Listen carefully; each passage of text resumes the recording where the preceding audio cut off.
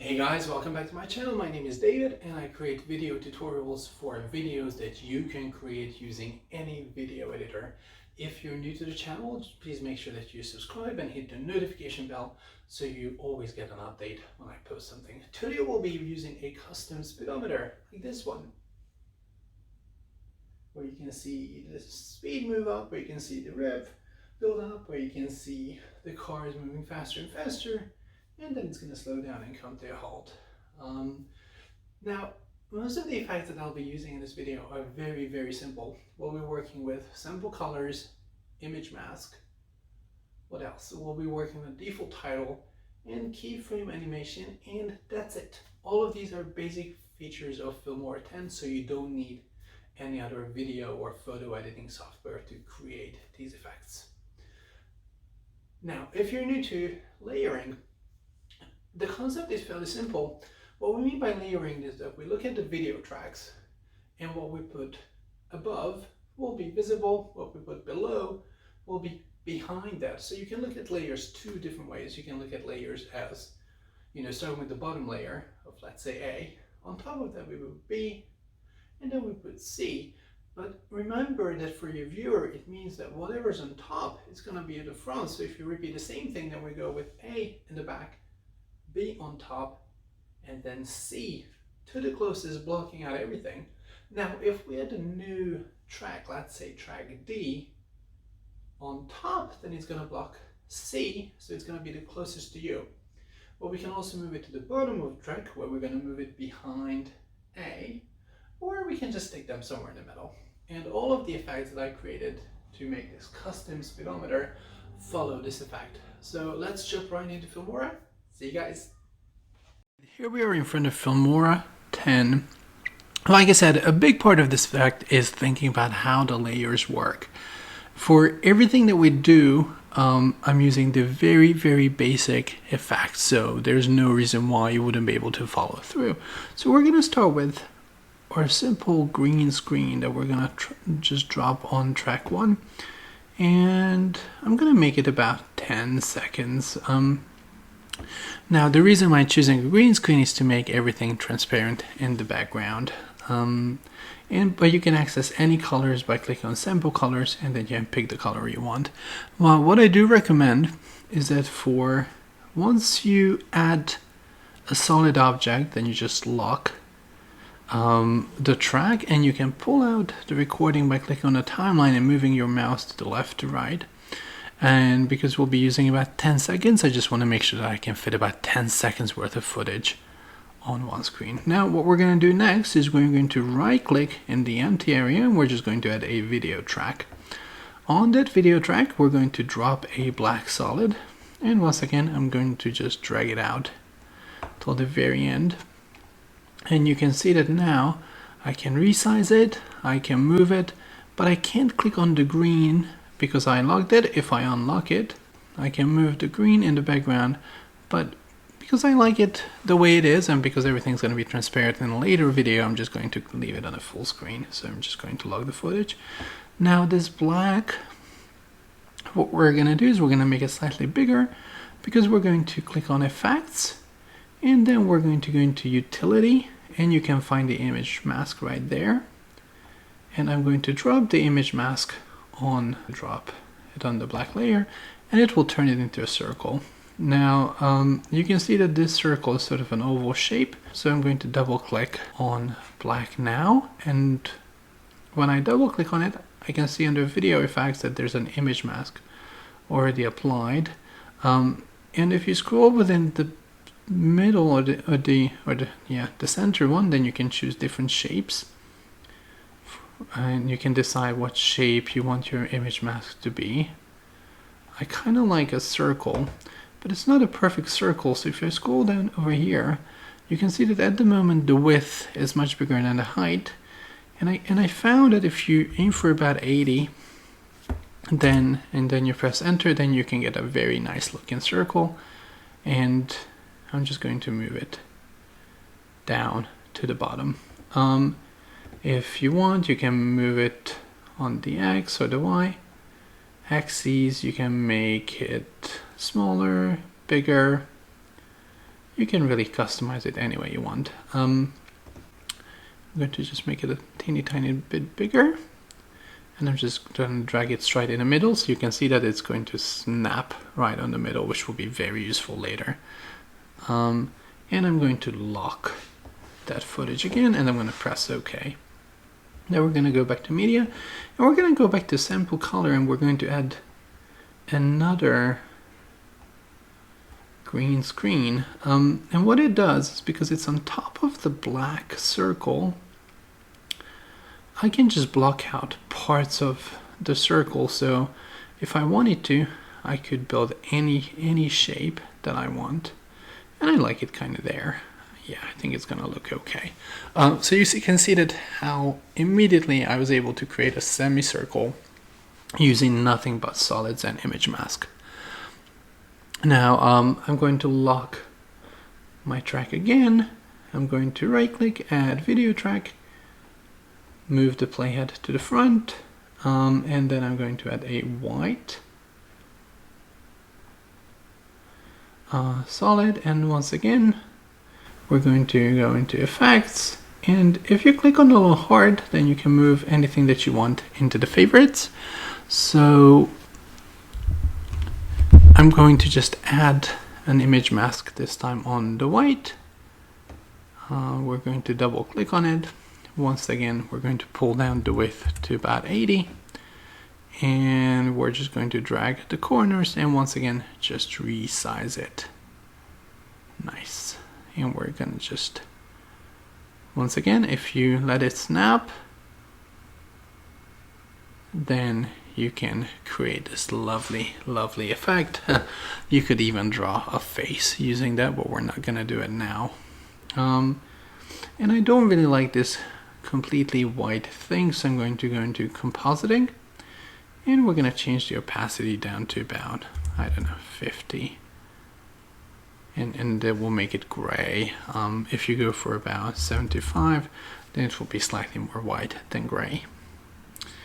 And I'm gonna press OK, and once again I'm going to just lock the footage. Now at this point, you can actually do it at any stage that you want, but it was at this point when I added the red bar that you saw moving. So once again, right click, add video track, add red, and in each case you can see that it's only adding to about the first 5 seconds. We're going to just select all of them, we're going to just drag them out a little more, and if you drag them out to 10, then it's gonna snap right there.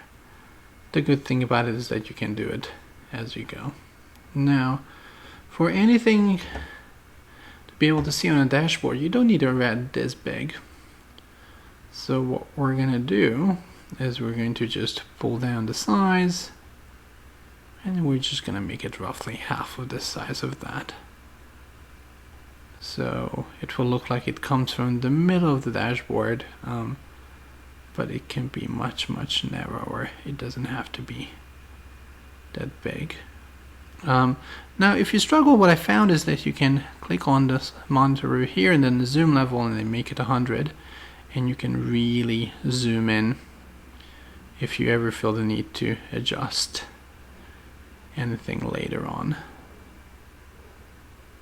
And we just, once again, we just want things to snap onto the middle, so I can drag it out a little more. And when I zoom out to fit, you'll be able to see what it actually looks like. Now, I guess because everything else is logged, this is now that you can do the animation if you want. But before we do that, what I like to do is I just click on titles, and once again, you can just go to the titles and find the default title over there, and then just put a little heart next to it, so you don't need to find it all the time. You can just go to favorite and just drag it on top of the extra layer to create a new layer. And we're going to double click on it, and that will bring up and that will bring up the settings for that, and I'm just gonna make it an O. You'll see why a bit later. And I'm going to just move it, so we're going to move it and keep it in the middle, but we're gonna move it down, and this will come really, really handy, because what we want is for the red bar to keep moving around, but also keep the center. So we're just gonna press OK. Later we will delete this, so we won't need it. Now, to move things around, it's actually really simple. You just need to double click on the red on the bar, go up to the top, click on animation, and we're going to click on customized. So what we want is that at the beginning of the footage, we're going to add a keyframe, and this is where our animation will start. Then roughly we can go to the middle of the footage, which will be about around 5 seconds. You can see where 5 seconds is, right over there. Here we go. And we know that by the half of it, what we want is for the bar to turn on the other side. So we're going to rotate it by 180.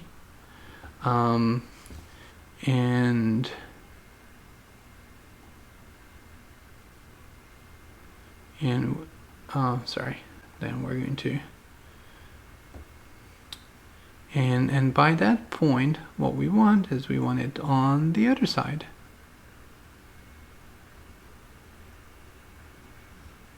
You want it exactly on 180, so you can just, but we want it to go on the other side. So right now, you'll see that it very neatly turns around. Now the problem is that it doesn't follow what I want it to follow. You can see that the rotation goes a little out of whack. To fix this, we're gonna find the 90-degree point, which is right there, and almost, and we're just going to reposition. And we're going to add the keyframe by moving the X position in the middle and the Y over up there. And the reason what you can see now is that just by using a letter O, if I aim for the center of the O, I'll be able to animate it a little better, but still not perfect. And what we can do, or what you can do, is that using your GCSE maths or your very basic maths, we're going to divide the angle. So we're going to get to the 45-degree point, which is exactly between 0 and 90. And we're going to find a point and we're going to animate it once again about that point. And once again, I'm going to look at the bottom of the red bar. And I'm just going to reposition it so it's in the center of the O. And now it will move much less. So with every small tweak, you'll see that the red will stay in the middle. So once again, we're going to look for 135. We're going to reposition. And we're going to go up a little.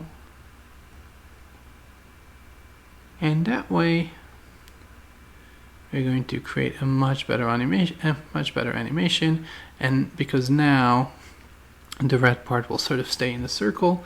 And what you can do then is literally just half the distance between any point, and really just add a new keyframe.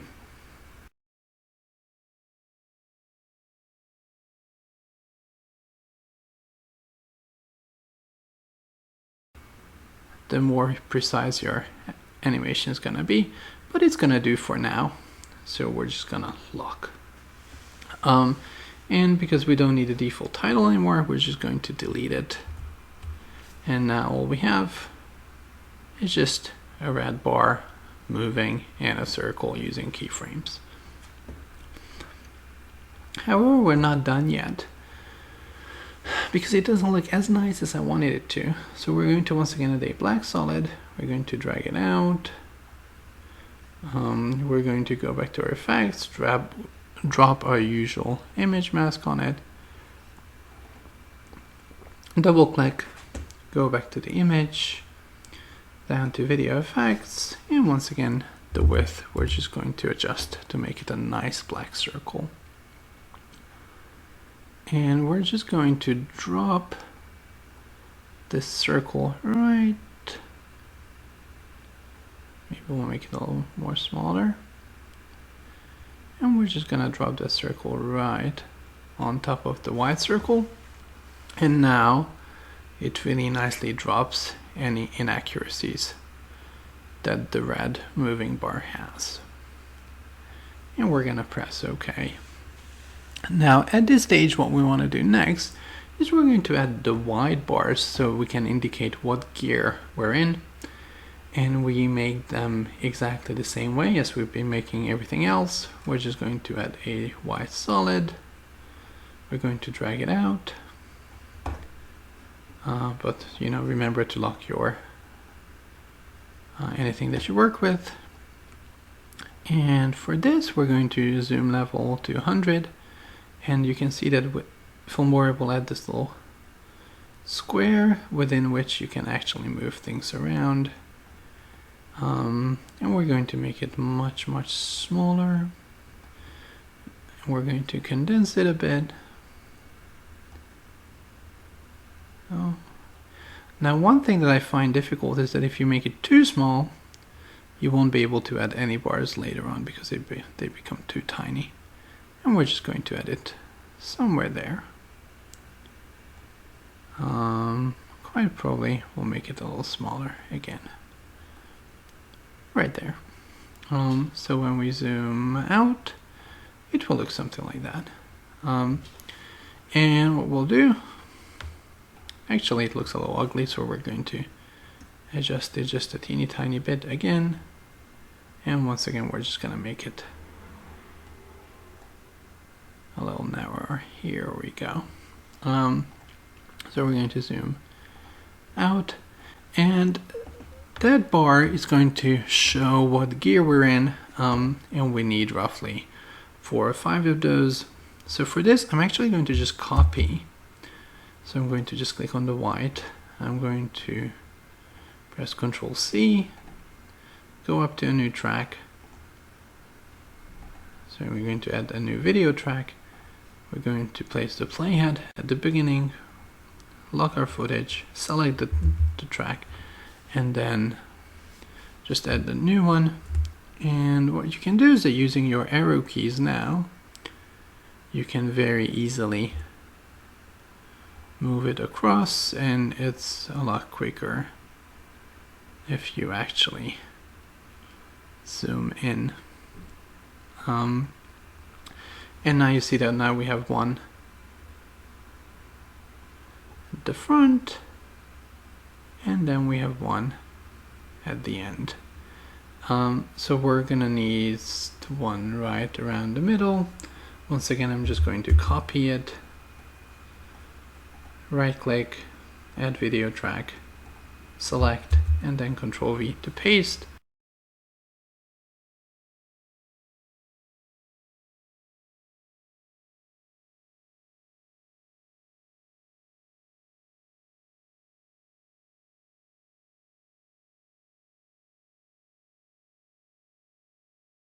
You'll see that the red mark now neatly moves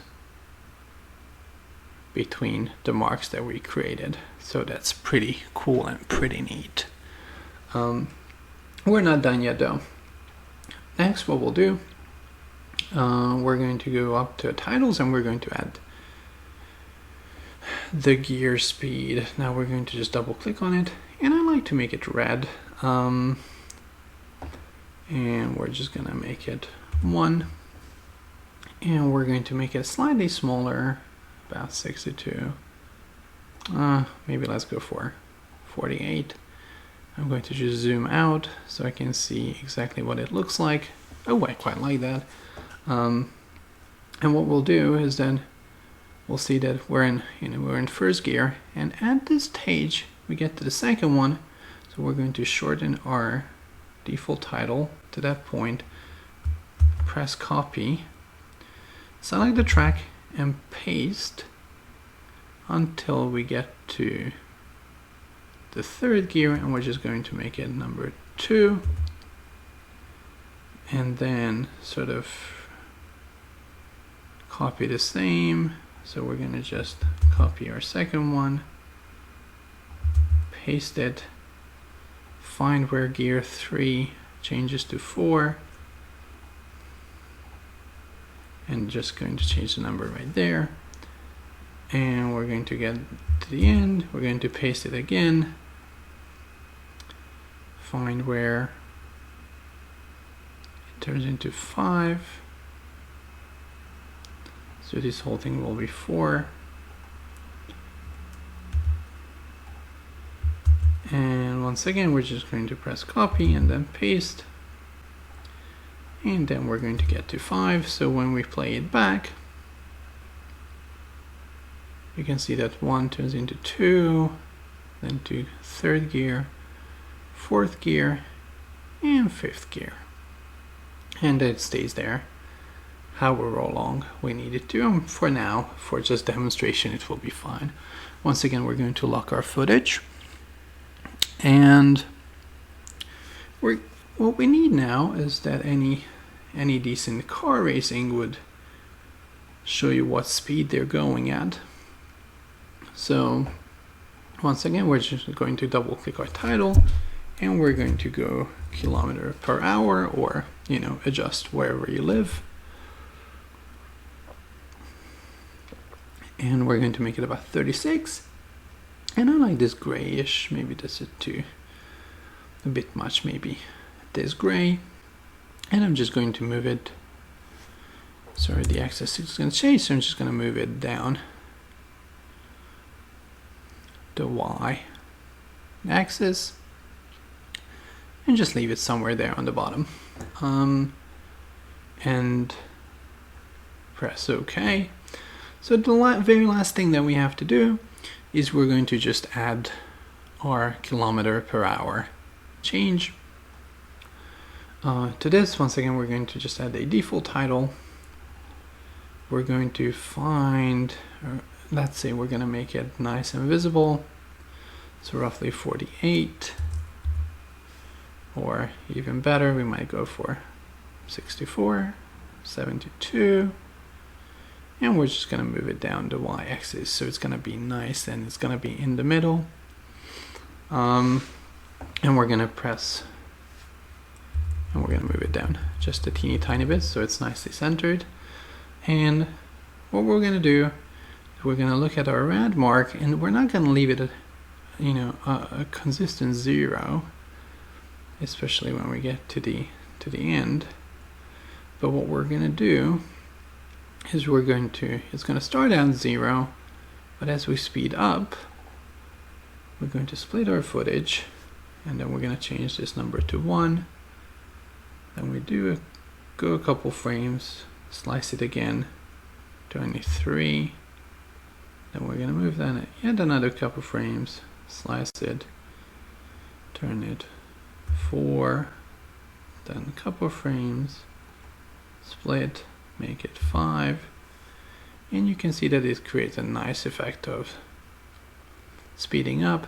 The closer they to each other, the faster things will seem, but actually you can start skipping speed after a while, and then you can go up to 9.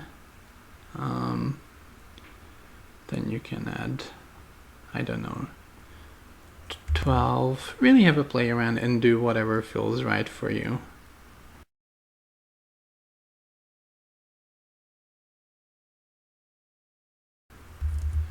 So when you play it back, you will have something like this,